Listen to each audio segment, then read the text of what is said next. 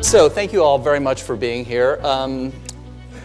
The second part of the title of the symposium was indeed perfect for me in particular because I'm going to talk about a really foundational issue. I'm going to talk about reading comprehension.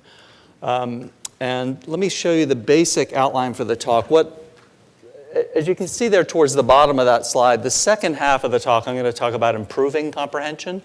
But one of the things I find frustrating when I attend education talks is when people say, and here's what you ought to do, and it's going to be fantastic, and we have good evidence that this works, and you don't have a very good sense of why it's supposed to work. And so the front end of the talk, I'm actually going to share with you some of the basic science of comprehension, how comprehension actually works in a skilled reader. So we're going to be dealing with students or adults who are fluent decoders. These are not kids who are still learning how to go from print on the page to words in the mind. These are kids who've got that squared away. But we're going to talk about the process of comprehension once you've got decoding under control. As you can see, what I'm going to suggest is a repeating theme in the process of comprehension that I'm going to talk about, which is that there are two components that I really want to highlight. One is that comprehension happens at multiple levels of understanding. So there's comprehending sentences. We could get into making sense of words and phrases. We're gonna breeze over that. But even once you've got sentences in place, you're really not done. You need to think about multiple levels of comprehension, how sentences are related, and then even once you've related sentences, you're still not done. You need to think more at the level of paragraphs when you're making meaning. So that's one theme for the next half hour. The second is, at each of these levels of comprehension, you've got two sources of information that skilled readers are using. One is there are abstract, content-free rules that we could describe that the mind follows in making sense out of text. But those abstract, content-free rules are not enough. You also bring knowledge of what you know about the topic to bear when you are understanding text. Okay, so let's look at this. That's very abstract. This will become more clear as we move along, I hope. So let's start with sentences. If I asked you, how do you or anyone else understand the difference between a sentence like the dog bit the man and the man bit the dog, you would say something like, well, the way you know the difference between those two sentences is that you're going to assign roles to the words in those sentences. And the subject is going to differ, and the direct object is going to differ, and so forth. In other words, what you're enumerating here are indeed content-free rules. You're talking about rules that you would apply, figuring out the roles that words play in the sentences. You're talking about these rules independent of the fact that it's about man and dog. It could equally be about someone eating a croissant or anything else. Well, if you were in my class and that phone went off, there'd be trouble. Just kidding, I love you. Right, and so we would, and in further enumerating, well, what are these content-free rules? We would talk about things like word order. We would talk about the fact that there are words of whose the roles they can play are restricted because they're the part of speech. We would talk about keywords that readers look for, like the word the, signals that a noun phrase is on the way, and so forth. But we would very quickly see that these are inadequate to describe our understanding of sentences. So you have an example like this. Did you see any of her animals when you visited the farm? I saw her duck. What we have here is an ambiguous sentence. The roles that these words play are not fully described, are not describable by content-free rules. You really need some context. So what did she do when the baseball came flying towards her head? I saw her duck. So the same sequence of words, now these words can take on different roles. So we can't look just at content-free rules in order to disambiguate sentences, because sentences are ambiguous, even after we've applied those rules. One of my favorite examples of this principle was, I first saw Steve Pinker use it in a book from the 90s, but I think it goes much farther back. The sentence, time flies like an arrow. Now, when most people read this sentence, they come to the same interpretation, which is something like this: time moves quickly as an arrow does. There are actually at least 4 other interpretations of this sentence that are consistent with abstract rules that you might apply. For example, I want you to assess the pace of flies. I want you to time those flies. Assess the pace of flies as you would assess the pace of an arrow. Time flies like an arrow. Or it could be, I want you to assess the pace of flies in the same way that an arrow would assess the pace of flies. Time flies like an arrow would do it. Or there's a particular variety of flies called time flies that just adore arrows. Or finally, I want you to assess those pace of the flies, but not all of them, only those flies that resemble an arrow. Time flies like an arrow. So here's the question: why is it that when you read this sentence, you don't come up with all these alternatives? Well, the obvious answer is that you know that most of them are highly improbable. And the way you know that is because you know something about time, you know something about arrows. So there's no such thing as time flies. Right, so that we can reject that. You've never heard of a variety of flies called time flies. You know that assessing the pace of flies is something that would be very infrequent that anybody would ask you to do that, right? So that's rejected as well. All of this is happening in the background, right? You're not aware of any of this. So you've got this sentence that by the rules of syntax and grammar is actually highly ambiguous, but your perception of it is not. There's no ambiguity at all. It's quite clear what the intended meaning is. So knowledge, background knowledge, knowing that there's no such thing as time flies, knowing that people very infrequently would have reason to ask you to assess the pace of flies, is actually doing quite a bit of work here for comprehension. All right, that's sentences. Let's look at the importance of both, again, abstract rules that we can describe, as well as background knowledge, both sources of information being important when we are relating sentences to one another to make meaning. You've already seen one instance where meaning from one sentence was brought to bear on the other, and I saw her duck. In this case, you are actually coming to a different resolution of what the way the roles should be assigned for this sentence, but we can show that this phenomenon is more general. So take a sentence like, he chuckled softly, and again, put it in different contexts for different shades of meaning. The octogenarian scientist approached the podium to collect his prize, embarrassed by the applause. He chuckled softly. Versus the ruthless mafioso read in the newspaper that the detectives remained baffled by the brutal murder. He chuckled softly.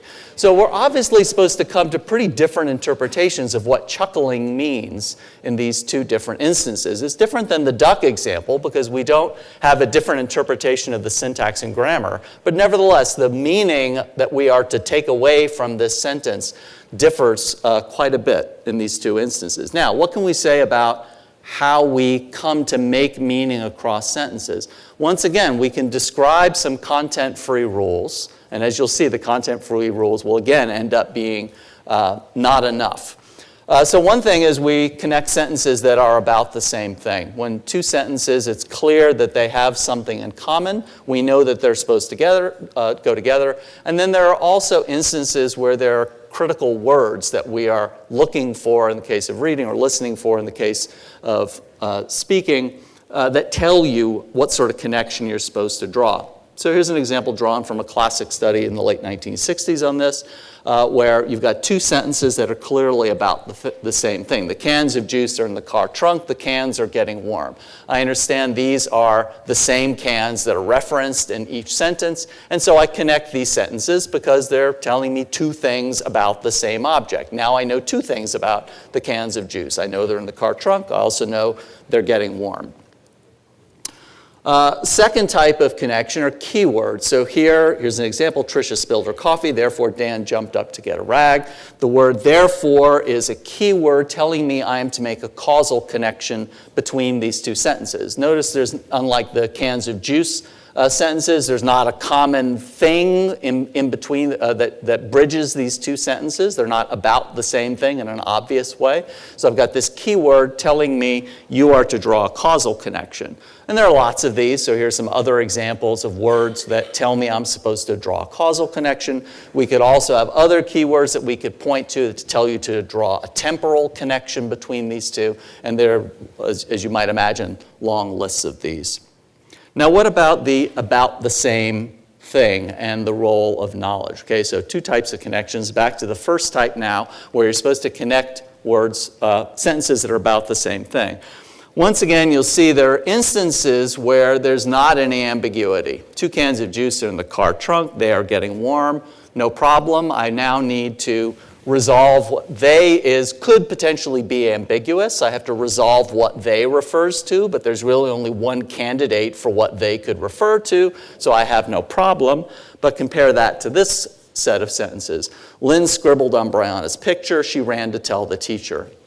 Who does she refer to?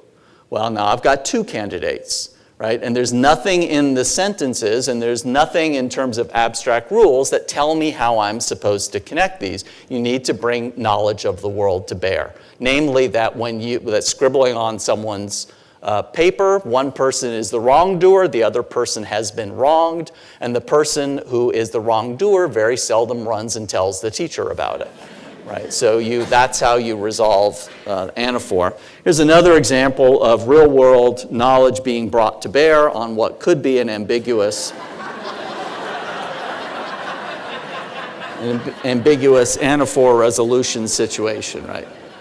Okay, let's talk about keywords and knowledge. Again, keywords being unambiguous. The first thing, the first thing you might notice is, okay, so the word therefore tells me that I am supposed to draw a causal connection between these two sentences. It doesn't really provide further guidance in what that causal connection is supposed to be.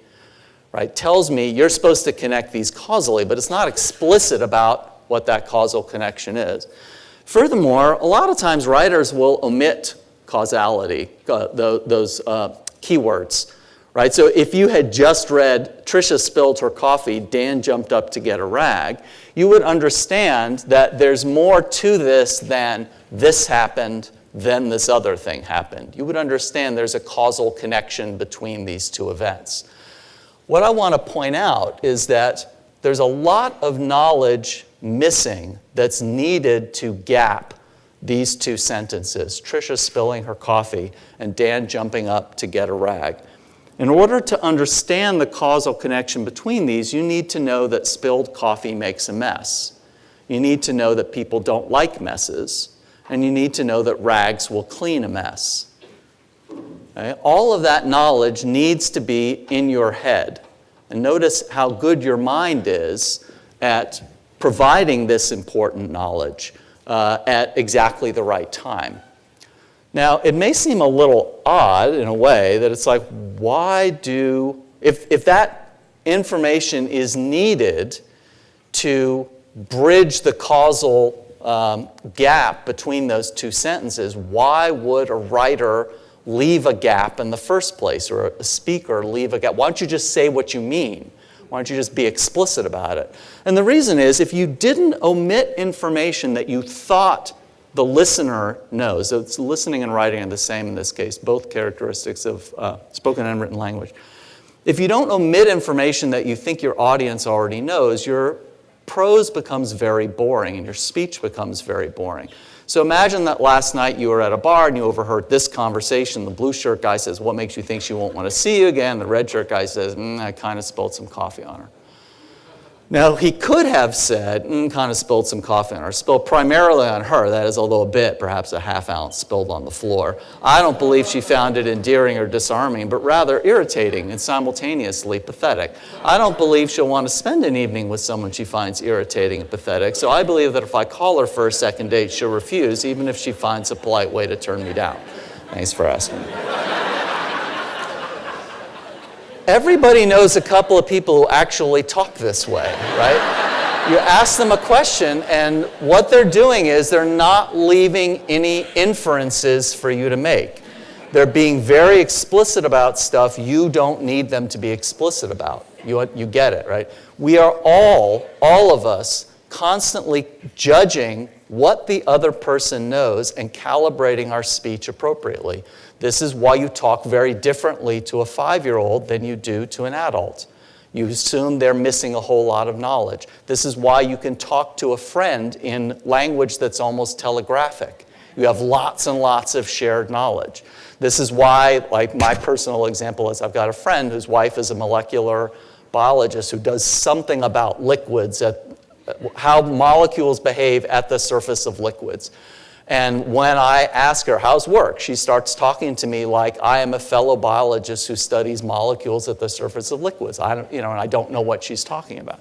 Okay, so we're all of us constantly doing this, and sometimes people don't do it very well, as my friend's wife and as Red Shirt guy here. But most of the time, we're very good. So this raises the question, what if the audience lacks knowledge?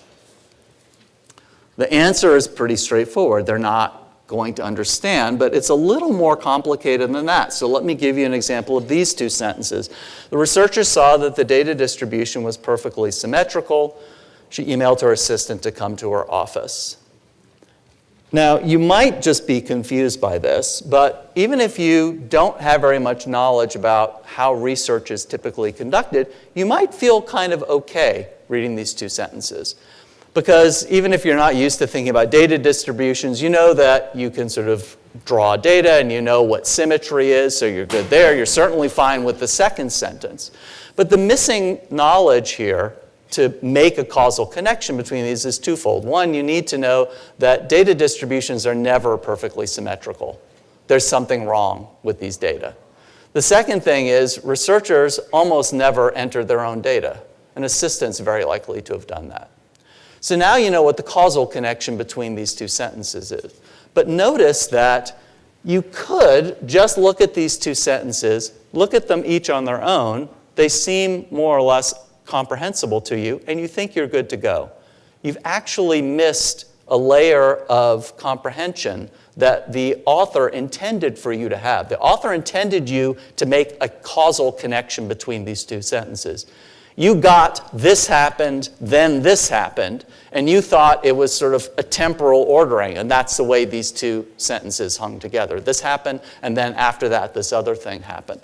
Right? This is not uncommon in comprehension. Often mistakes of comprehension are parts that you're missing. You've actually gotten part of it, and you feel fine. You feel like you've understood it. Okay. Getting back to the big picture, actually, of the need for background knowledge in order to bridge gaps that writers make, there's an important implication of this, which is that this is a terrible, stupid, inaccurate, destructive idea. Okay? So don't ever let anyone tell you you don't need knowledge in your head. Knowledge in your head is very important. For one thing, Google seems really fast because Google's really fast compared to looking things up in books. Your brain's a lot faster than Google is. Okay? And you can, the way psychologists do examine this issue is they have people read texts with some vocabulary words that that are unfamiliar to them. And they look at, they ask people to rate sort of the comfort level of reading. How difficult was this to read? How readily would you read this? And what you find is people are really intolerant of unknown words in text. Right? Looking things up is troublesome for most people. It, of course, depends on sort of your self-image as a reader, your motivation to read that particular text. But in general, even when you've got very quick access, people are impatient with unfamiliar content because it's very disruptive. The other thing that Google's not nearly as good at is coming up with the right knowledge that you need for the context. So going back to this example, Tricia spilled her coffee, Dan jumped up to get a rag. Think of how different the connection you would have to draw would be if the sentence had been Dan jumped up to get her more. Right? Notice that when you read Dan jumped up to get a rag, you're thinking about a particular property of spilled coffee, namely that it makes a mess. Here's another property of spilled coffee. When you spill something, you have less of it. So your experience when you read Dan jumped up to get a rag is not, oh yeah, he's going to clean the mess. Oh, and Tricia has less coffee now, right? You don't think of that. Your brain comes up with only the part of the, only the aspect of your background knowledge that's actually relevant. And likewise, it could have been Dan jumped up howling in pain was still another property. Or Dan jumped up exclaiming, that's the last time I put brandy in your coffee. And we have still another property, right? So this is almost limitless. And again, what I'll draw your attention to is Google is not good at this, right? If you look at Tricia spilled her coffee, Dan jumped up to get a rag, and you're like, there's some connection, let me start Googling rags. Let me start Googling coffee. I don't need to tell you what you're going to come up with, right? You're going to come up with all kinds of information that's not relevant. All right, so this is important information about how we build meaning across text, across sentences. Let's look at a third level of representation and comprehension called a text. And to get across the need for this, I'll invite you to read this text with me. Sally decided to go to the big market downtown. The downtown area had recently been renovated. The market included a large deli. The deli used to sell capicola ham. The deli man really liked capicola ham. The deli man's wife wants a new car, but she can't decide what type to get. The bank where she applied for a loan has gold carpeting. If you look sentence by sentence, you can see how each sentence would be connected to a neighboring sentence, right? And yet there's obviously something wrong with this paragraph. There's no there there. It doesn't really go anywhere. This hints at the need for another representation that we're going to call a text, which is usually a paragraph or a few related paragraphs. It's not, again, so what we're highlighting here is we've already gone through the idea that you don't just look at a sentence and interpret the sentence. You're using neighboring sentences to help you make meaning. This is showing you're not just using neighboring sentences to help you make meaning of this sentence. You're building something, a representation in your mind of what's happened that is bigger than a sentence by sentence sort of thing. Here's a classic experiment from the mid-1970s that people usually refer to as sort of the starting point of this work. If you were subject to this experiment, you're sitting in front of a screen, you would just see these two sentences. Two turtles rested on a floating log. A fish swam beneath it. Those sentences then disappear. Almost immediately are asked, were the turtles above the fish? People have no difficulty answering this question. What's interesting is thinking about how you would answer this question if what remained in your mind when you read is the meaning of individual sentences. It would look something like this. I was told the turtles are above the log, therefore the log must be under the turtles. I was told the fish is under the log. By transitive inference, the fish must be under the turtles, therefore the turtles must be above the fish. It's certainly not the case that our introspection accords with this, that we feel like, yes, that's what, when you asked me about the relative position of those objects, that's what I did. I thought about exactly what you told me, and then I thought about what that implied. That's not really what it feels like. Instead, it feels more like you told me where the things were, and I sort of had this picture in my mind, and then you asked me a question, and I referenced the picture. Right? So this is what researchers call a situation model. The situation model is a representation, just as the term indicates, of the overall situation that the text is describing. Crucially, it does not refer to, or better put, it's independent of the way the particular sentences were phrased.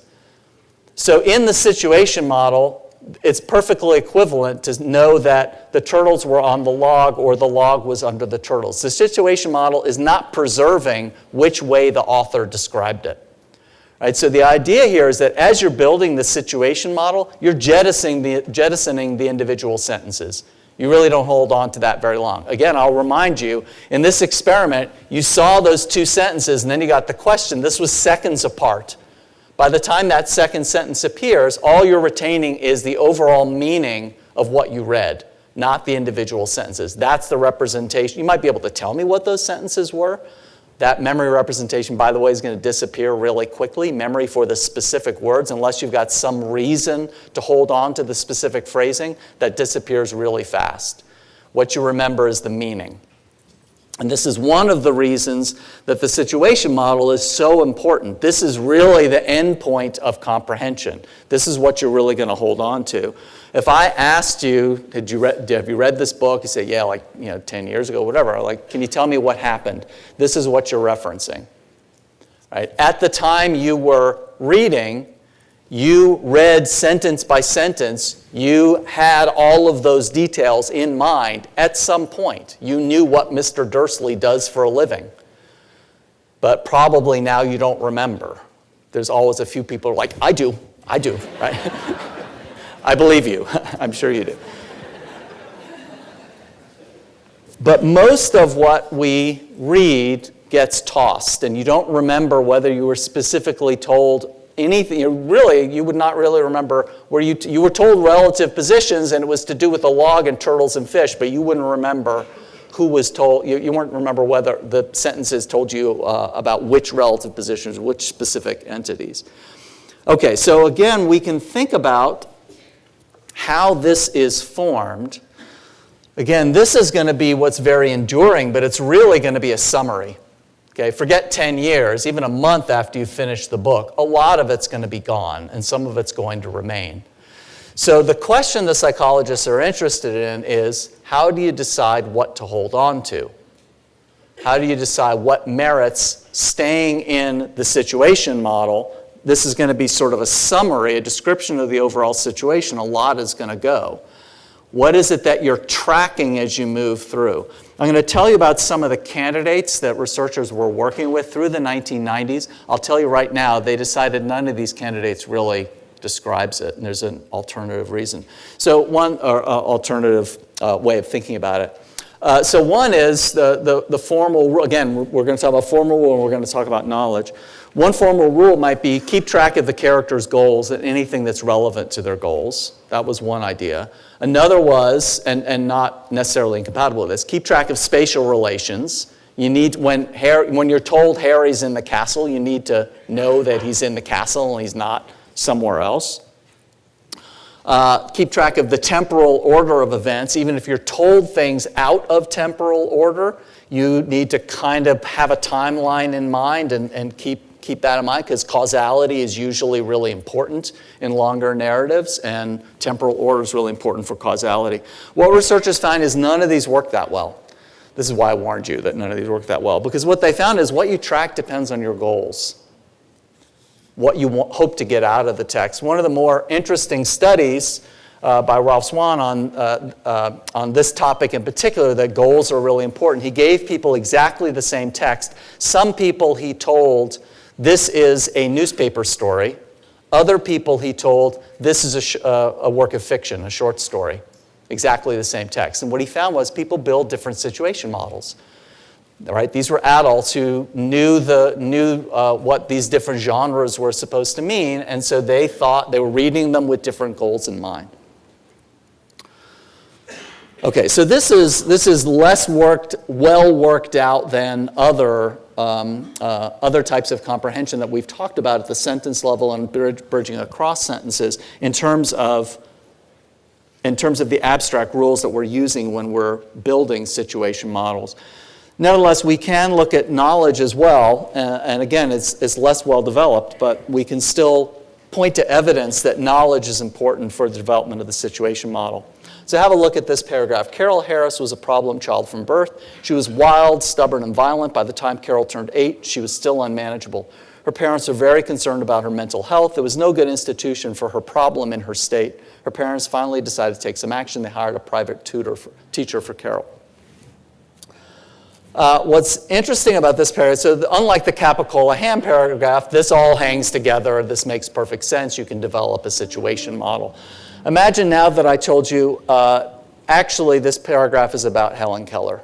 They just changed the name to Carol Harris for the sake of the story.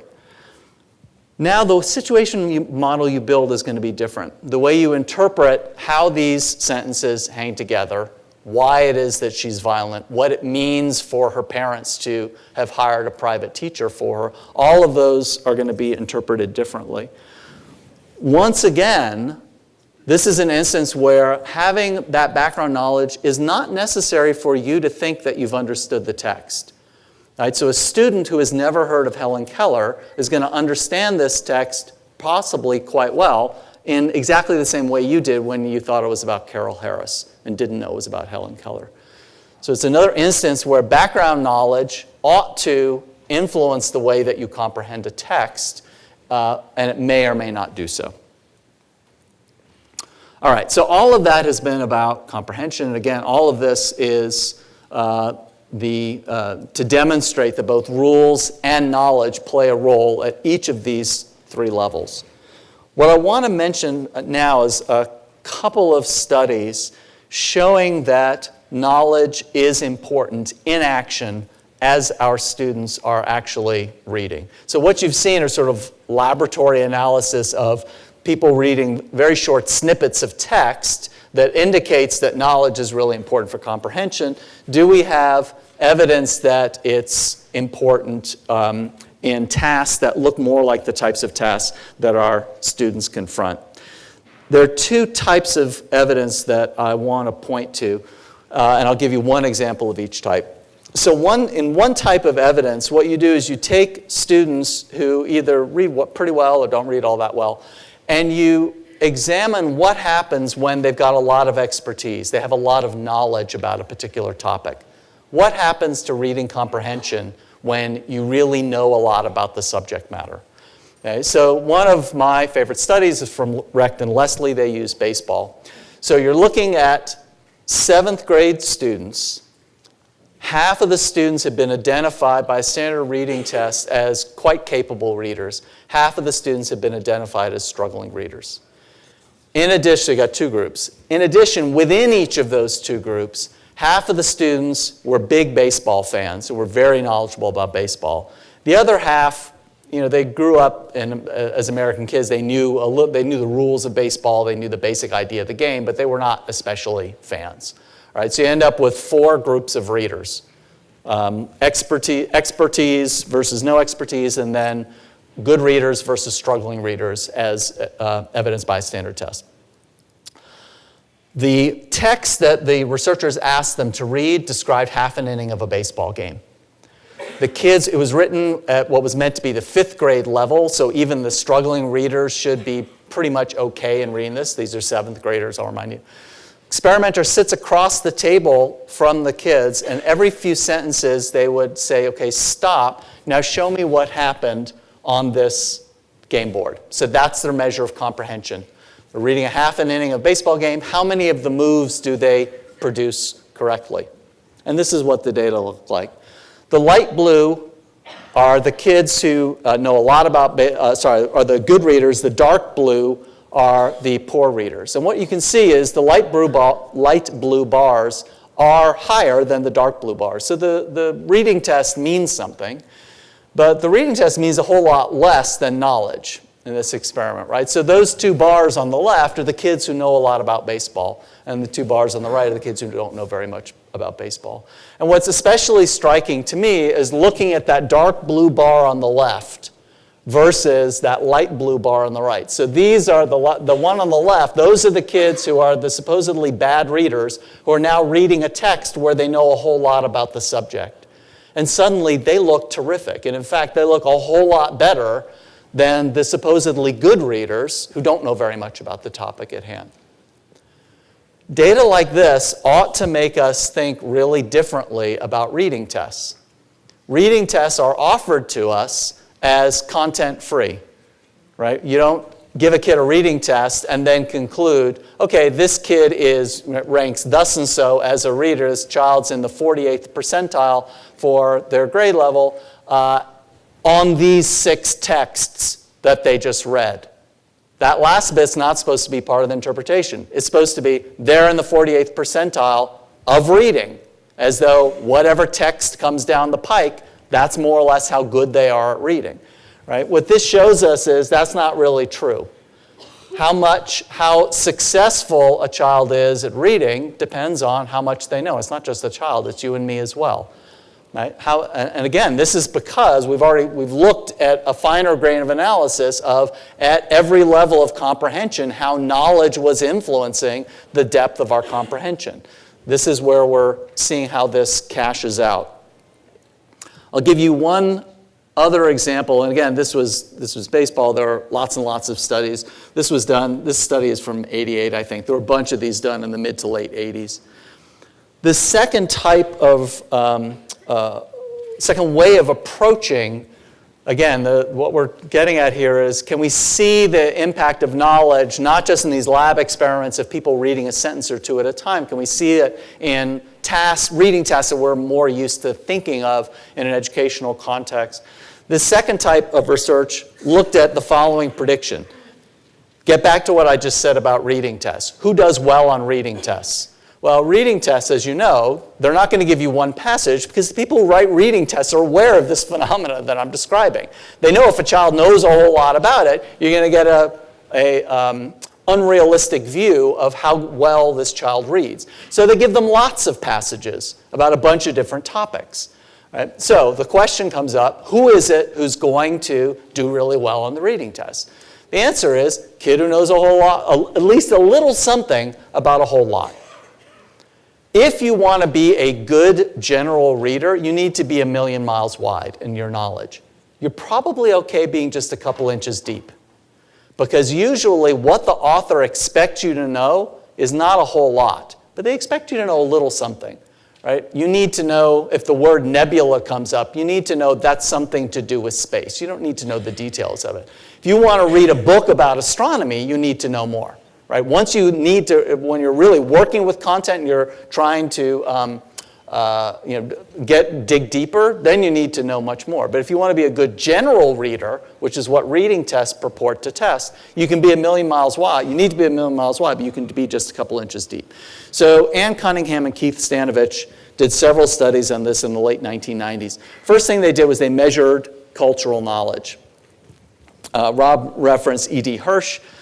In his opening remarks, they used the term cultural knowledge following Hirsch's idea of cultural literacy, basically meaning very broad knowledge that the way you would define it is, what do writers and editors of general periodicals expect their readership to know? What do the writers and editors of National Geographic and the New York Times and all those, what do they think their readers know? So they gave them a bunch of items like this. You have to define El Greco, tell me what absolute zero is, tell me what Waterloo is, what's a lame duck, and so forth. So it spans the arts and politics, science, and so forth. The prediction is people who do well on this test are going to do really well on a standard reading test. The problem with that, if you do this, if you see this high correlation, people who do well on one do well on the other, people who do poorly on one are going to do poorly on the other, it could be due to IQ, right? So what you would really be seeing is smart people have a lot of cultural knowledge and smart people are good readers. So for that reason, they also administered a nonverbal IQ test with the idea that they are going to statistically remove the effect of IQ from this correlation. It's called a semi-partial correlation. And what you find is once you've done that, the correlation is remarkably high, about 0.6 or 0.8, even with the effect of IQ removed. Right? If you're not used to thinking about correlation coefficients, just to give you an example, we all know tall parents tend to have taller kids, shorter parents tend to have shorter kids. The correlation between height of children and the average height of parents is 0.6. Right? For behavioral science, this is, again, there's no measurement error when you're measuring people. There's lots of measurement error when you're trying to measure cultural knowledge and measure reading. Even with measurement error thrown in, you're still seeing a correlation of 0.6. That's amazingly high. And again, note the caveat. This is for grade 8 and older. That's because the correlation is lower when kids are younger, and that's because their facility in decoding is still playing a large role in their performance in the reading test. By the time you get to grade 8 and beyond, most kids, if you're only testing kids who are fluent decoders, that's sort of taken off the table, and you're really just looking at comprehension and not decoding ability. Okay, so those are a couple of studies for you, 2 different types of studies indicating that knowledge is indeed very important for comprehension. How can we use this for improving comprehension? I want to start by looking at what is most often recommended as a way of improving comprehension, which ignores everything I've just been talking about. It doesn't ignore everything. It certainly ignores the knowledge component, which is comprehension strategy instruction. So this was part of the report that came out in 2000, the National Literacy Panel report. And this is a partial listing, I'll show you all of them in a second, of strategies that you would encourage kids to do. You would teach kids how to make a graphic organizer, how to generate questions and how to answer questions yourself, how to create a summary, create visual mental imagery, all as ways of improving the comprehension. What I'll point out to you is that all of these are ways of, the way I would interpret this is that these are all ways of encouraging kids to relate sentences to one another. Right? It's ways of ensuring that you're not just sort of going sentence by sentence. We will come back to that shortly about why that's probably effective. 2 other strategies that the panel recommended or the panel examined was activating prior knowledge and what they call vocabulary comprehension relationship, which really means looking at words in surrounding text to figure out unknown vocabulary words. Okay, teaching kids how to do that. When you see a word you don't know, try and figure it out from the context. That's all that means.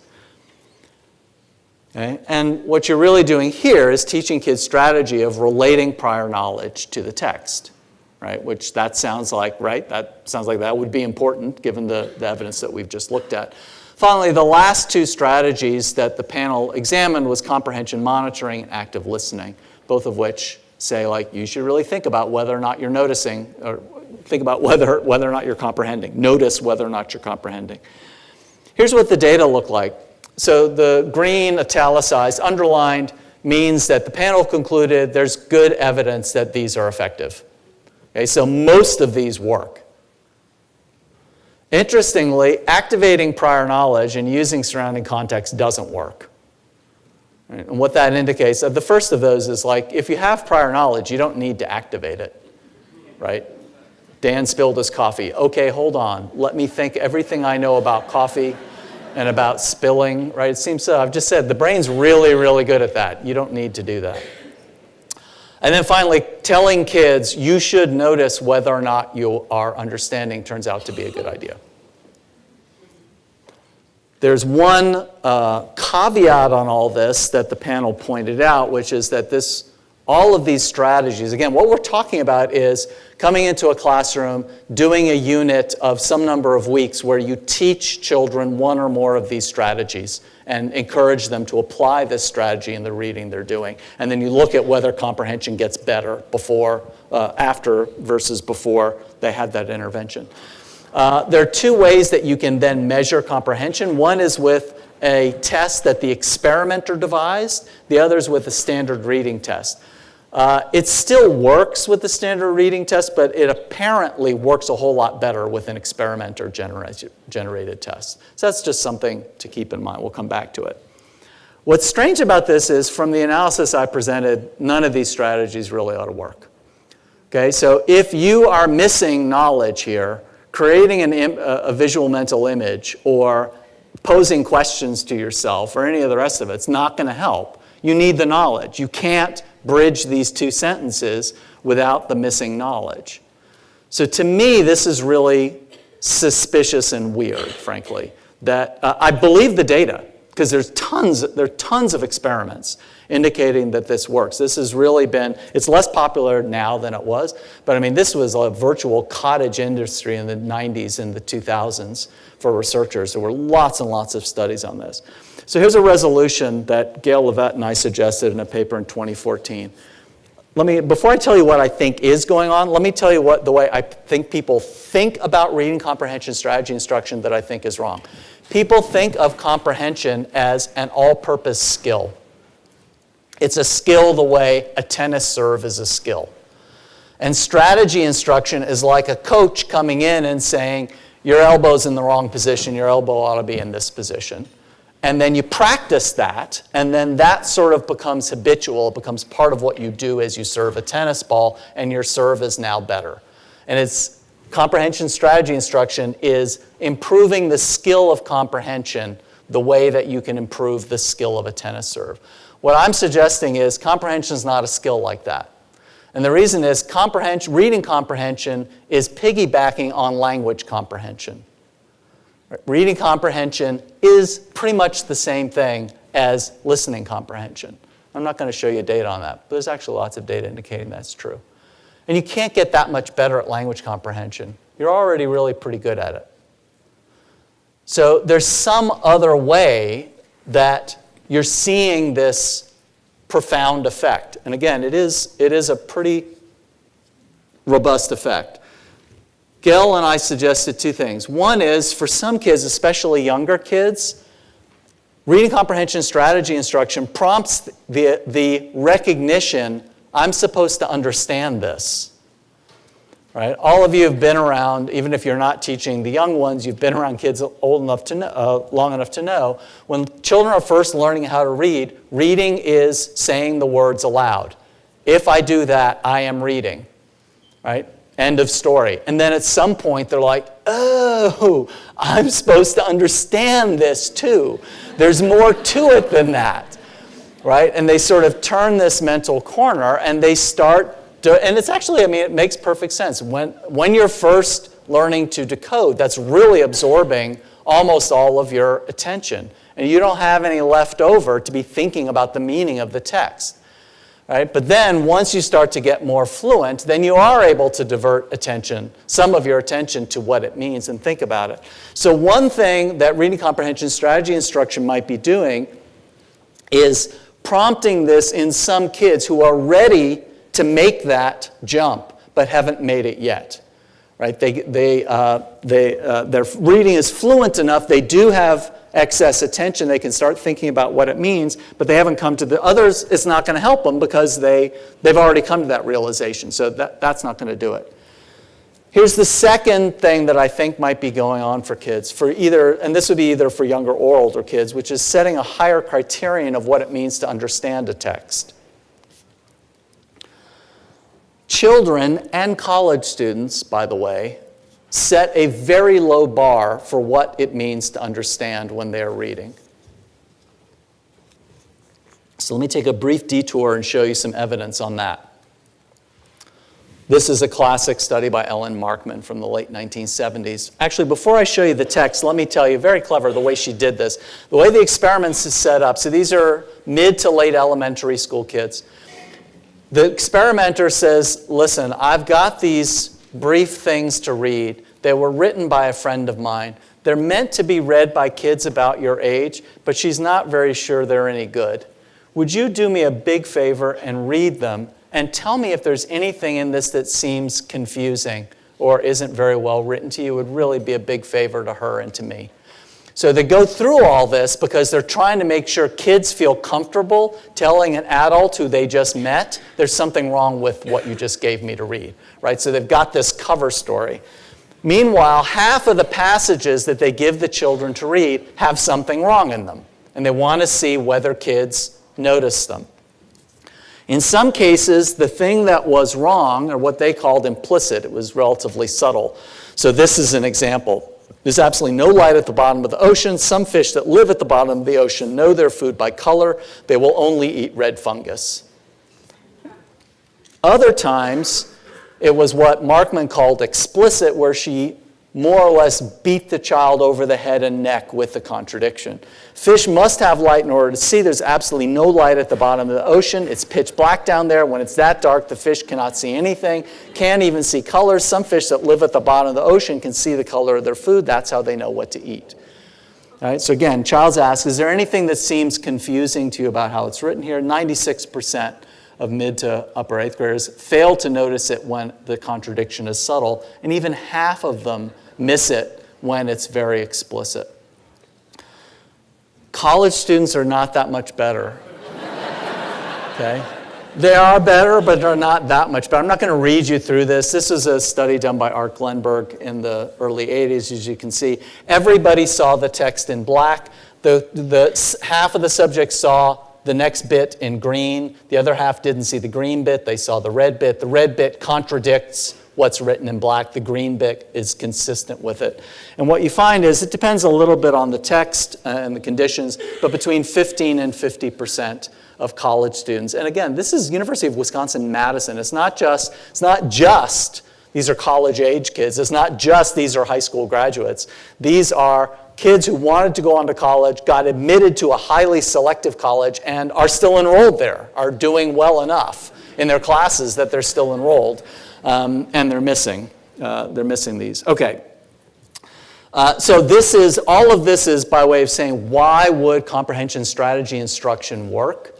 The answer is, again, a lot of what comprehension strategies do is kind of force you to relate sentences to one another. What are these subjects failing to do? What are these kids failing to do? They're reading sentence by sentence. And as long as each sentence makes sense, they figure, I'm good to go. I'm not showing you these data, but if you change a word so the word is scrambled, or if you change the word order so that syntactically it doesn't make sense, it's not 15 or 50%, it's 100%. Everybody notices that. So the way that little kids and college students evaluate comprehension is, if I understand each sentence, I'm understanding the text, right? So reading comprehension strategy instruction, one of the things it can do is point out you really need to be relating sentences to one another. Neither one of these two things that I pointed out are skills. Recognizing, oh, I'm supposed to understand this, that's not a skill. Recognizing, oh, I'm supposed to relate things, sentences and paragraphs to one another, that's not a skill. I'm not sure what to call it. It's a strategy of some sort I once called it to me it feels like a trick. It's like someone tells you something and you do it and suddenly your performance is a whole lot better, but it's a one-time thing. It's not going to get better. And then I discovered trick sounded kind of pejorative, so I stopped calling it a trick. Okay, so neither of those is skill. Here's what Gail and I went on to do. The prediction that you would draw from this interpretation is that it is a one-time thing. A characteristic of a skill is that as you practice this new technique, the new technique becomes better and better integrated into your ongoing skill. What we're saying is this is a one-time thing that you don't need to practice. What you're looking at here are 8 different studies, 3 with typically developing kids, 5 with kids who either have been identified or are at risk with a reading disability. These are not individual studies. These are literature summaries. So each of these citations has like between 40 and 75 studies in it. The reason people do these is so they can look at factors that you could only look at across different studies. One of the things they looked at is how much does practice help? And what every one of these found is practicing reading comprehension strategy instruction does nothing. You are as good with, say, 10 sessions as you are with, say, 30 sessions. Right? So this is in accord with this idea. Yes, it's absolutely worth telling kids to do these strategies. You get this big boost. The theory I've outlined would predict you would get an even bigger boost than we recognize, but only in some of the kids. But anyway, the data would indicate you're going to get a boost, but it's a one-time thing. Right? So just to give you an idea of what I'm talking about, this is Rosenshine 96, so on the left-hand column, the bottommost citation. Each of these dots represents a single study that Rosenshine pulled together. What you're seeing on the y-axis is effect size, so how much did strategy instruction help? What you're seeing on the x-axis is the number of practice sessions. Okay? And this is what we researchers like to call the dread cloud. Right? There's no relationship. What you would expect to see is a linear function looks like this. The more practice you have, the bigger the effect. And you don't see that. This is getting back to whether it's a standardized test, reading test, or an experimental reading test. That's the different colored dots. Okay. So, and I'll just mention briefly, question generation is probably the best studied and probably the easiest to implement, especially for kids to do on their own at home. Generating questions is probably my favorite of the bunch. But again, there's evidence for all of these. So that's comprehension strategy instruction. Again, what has been the workhorse of the last 20 years when we think about how do we get our students to comprehend text better.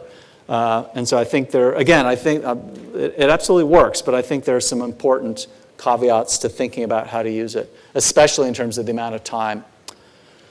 I want to talk about taking notes, because this is another thing that our students are terrible at when we think about reading comprehension.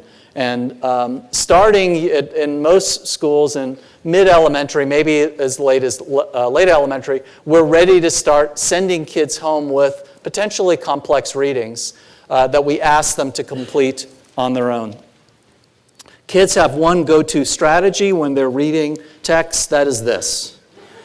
Actually, it looks more like this most of the time. Kids are terrible at highlighting. Okay? Highlighting is very bad for comprehension anyway, but they're also lousy at doing it in the first place. There are two reasons they're bad at doing it. One is when you're a beginner, you don't know what's important. Right? Supposedly what you're doing is you're highlighting stuff that's important, and then you're going to go back and revisit that and probably skip other stuff. But beginners don't know what's important. And here's a clever study that examined this. So what the researchers did was, these were college-age students, they went to the student bookstore, they bought 10 copies each for 3 courses, so the intro textbook of a history course, Poli-Sci 101, and Sociology 101. Right. Then they did 2 things. They got a blank copy, and they asked the instructor, highlight this and show me what you think ought to be highlighted. And then they looked at the 10 used copies to see the extent to which those 10 copies agreed with what the instructor thought ought to be highlighted. Well, it was sort of game over in terms of the students being in accord with the instructor, because the students were not in accord with one another at all. Right? Students just highlight almost at random. I take that back. They're very consistent in one thing. If a term appears in boldface, a student will highlight it. So if the author thinks it ought to be highlighted, the student says, I concur. I'm with you. And the authors concluded, on the whole, students have very little idea of how to effectively mark a text. So this is one thing. When you're a beginner, you don't know what it is you're supposed to mark. I'll also note this study and others indicated that poor readers actually highlight more than readers who are not so good. And it sort of is understandable, right? At some level, they know they're not getting it. They know I won't go back and look again at what I haven't highlighted, so they highlighted lots of stuff. And they seem to be even worse at highlighting.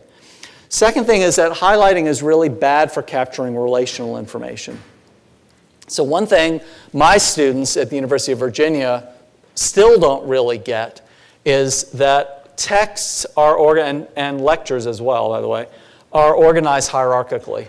So when they're looking at a textbook chapter, there's going to be a topic chapter, then there's going to be a few key conclusions, then for each conclusion there's going to be a couple of supporting experiments, and then there's maybe a cartoon, and then maybe an example from daily life, right? Several different things all supporting that point.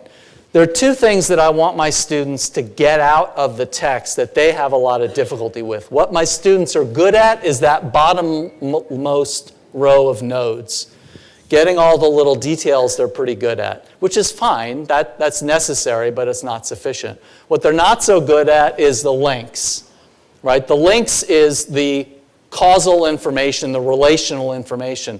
So the bottommost is details of experiments. The reason the details are important is how do the fact that they did the experiment this way and not another way mean that the experiment, one level up, allows you to draw the particular conclusion. That's what I want them to understand. And then take that finding, that result, now we're at the second level, why does that support this key conclusion, one of the 3 to 7 key conclusions in the lecture? That's another sort of meaningful relational link. They have a lot of trouble with that. The other thing they have a lot of trouble with is making connections at the same level. So look at I wonder if I have a laser that actually works. Oh, God. Well, we'll see if you can see it. Is that even visible to you guys up there in the back? Not really. Okay, screw that. So take the third level down. So we got key conclusions, and then that's the second level. The third level down is supporting experiments, logic, anecdotal evidence. One of the things I want them to appreciate is that everything in that row that's connected to the same key conclusion has some relationship. Right? I want them to see this experiment, it has some bearing on or relationship to this other experiment because they both support this key conclusion. My students have a lot of trouble with that. Why? Because those two things are separated in time. When you're reading a text, you can't appreciate this hierarchical structure. So those two things that I want them to connect might be 3 or 4 pages apart.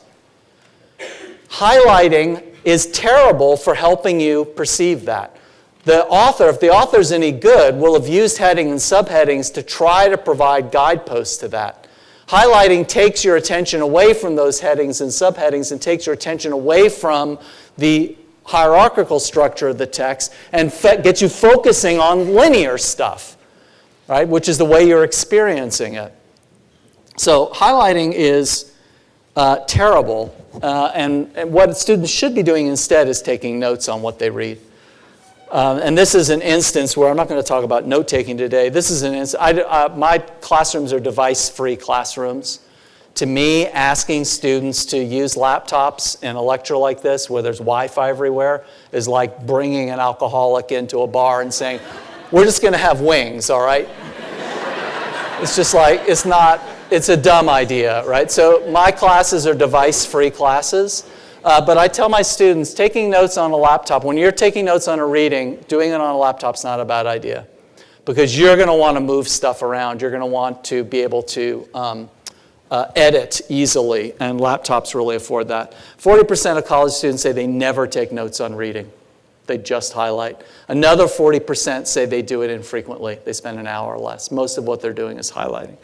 So this is something students need to improve at. And again, big picture, we're talking about how we can get students to improve comprehension. Better knowledge of how to take notes when they're reading is something that would help improve comprehension. Generally, in terms of thinking about building that broad knowledge base to be a good reader, what we'd expect is that leisure reading would help. There's pretty good evidence that's true. Most of the evidence is fairly indirect. One bit of evidence that researchers point to is that reading is where the knowledge is.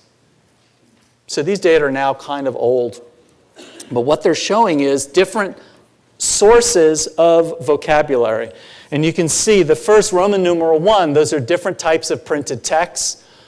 Roman numeral 2 is different things you would experience on television, and then Roman numeral 3 is speech. Those two columns on the right, those are redundant. They're different measures of word frequency. Basically, big numbers means lots of rare words, and therefore big numbers means lots of opportunity to gain new vocabulary. Okay, so if you start by looking at how, we'll just deal with rank of median word rather than the one on the right. So if you look at college students when they're, college graduates when they're speaking to friends and spouses, you see, again, an arbitrary number, the number 496. Then if you look at television text, if you look at popular primetime adult shows, you see the number's 490. So in other words, people on TV actually kind of talk to one another the way college graduates talk to one another in terms of the rarity and richness of vocabulary that they're using. Primetime children's shows is a little bit better. Cartoon shows is a little bit better. They're actually probably self-consciously trying to put some extra vocabulary in there. Mr. Rogers and Sesame Street actually a little bit lower. They're trying to simplify things, and they're working on other skills.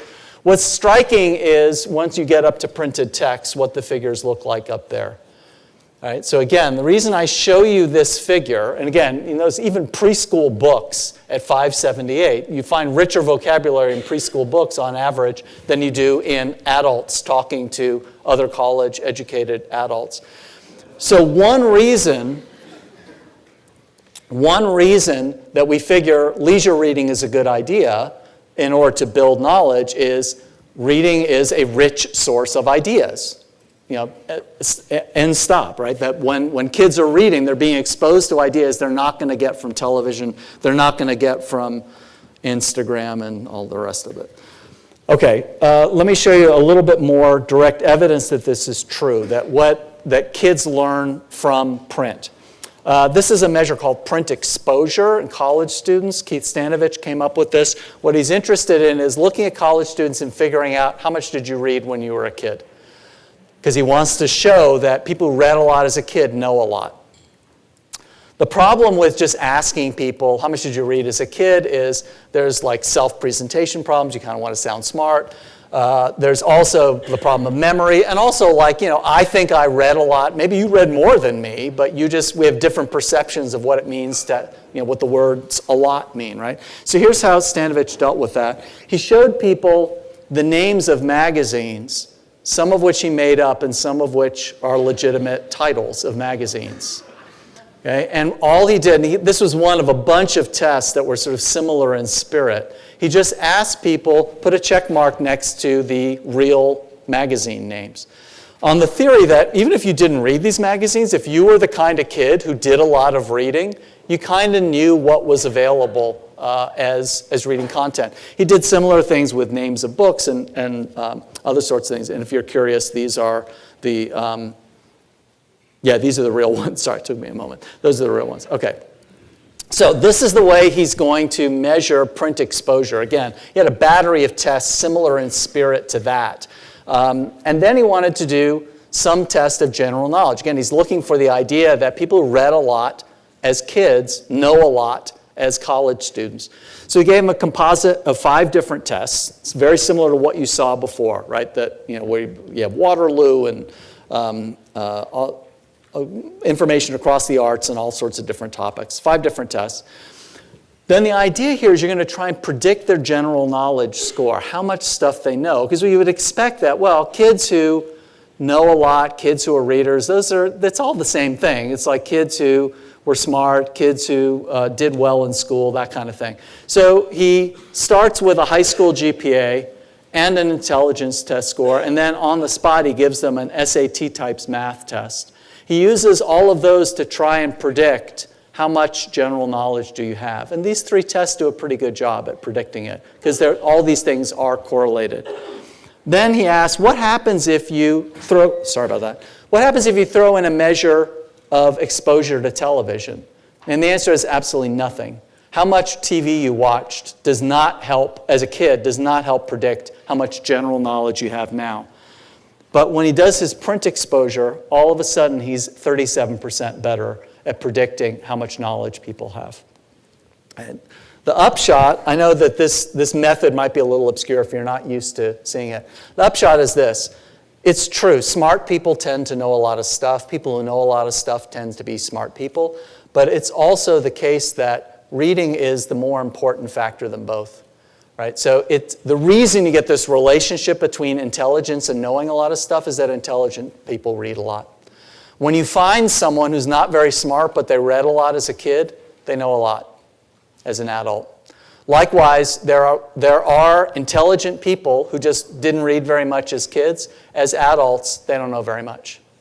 Right? So intelligence is not really what's carrying the day here. It's reading a lot. And being intelligent is associated with reading. But reading is what's causal.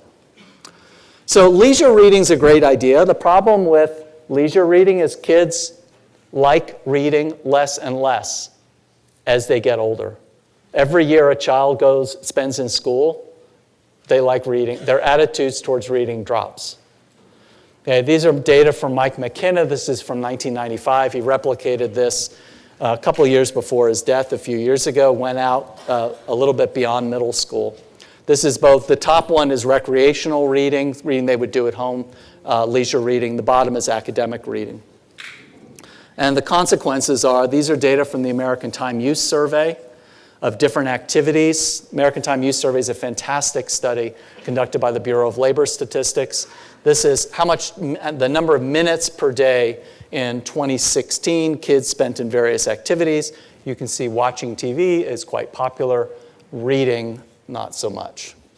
Rob mentioned lunchtime, that I'll be talking about something else. I'm going to be talking about reading motivation and what to do about this at that time. So leisure reading, yes, leisure reading will definitely make kids better readers. I would like to be formally recorded as a yes for leisure reading. At the same time, there are limits. Okay? And this is the final thought I want to leave you with, is the importance of curriculum to raising kids who become really great readers as adults. And this point is entirely due to Marilyn Jaeger Adams, who pointed this out to me and to a bunch of other people. This complicated graph here is showing you word frequency in an enormous corpus of reading content. So here's the way these studies work. These studies are easy to do today because everything is computerized. You take everything that the New York Times has published over the last 10 years, everything the Washington Post has published, and you do that with a bunch of different periodicals, and you do novels and whatever else you think like is sort of out in the public milieu, the kind of thing that a reader might encounter. You take all of that content and you put it into a big computer database, and then you simply count the number of times individual words appear in that enormous database. And what you see at the left, you see that tiny little tail there. There's a handful of words that appear a lot. Words like the and of and so forth. Then in the middle, these are less frequent words, and you can see the less frequent words don't appear very often at all. You get that enormous tail at the end only because most words are even less frequent than the scale allows you to show. Right? So that big dip, that big rise up there is not because, oh yeah, and then there's these weirdo words that are in there all the time. It's that you're ending the scale at some point. So what this shows, and you've maybe heard this before, that if you're trying to learn English, you can stumble along and get pretty far with maybe 1,000 words or 1,500 words. You can communicate a lot of what you mean as long as you don't mind that your communication is not very rich. That's that little tail over there. Those are the words you need to know.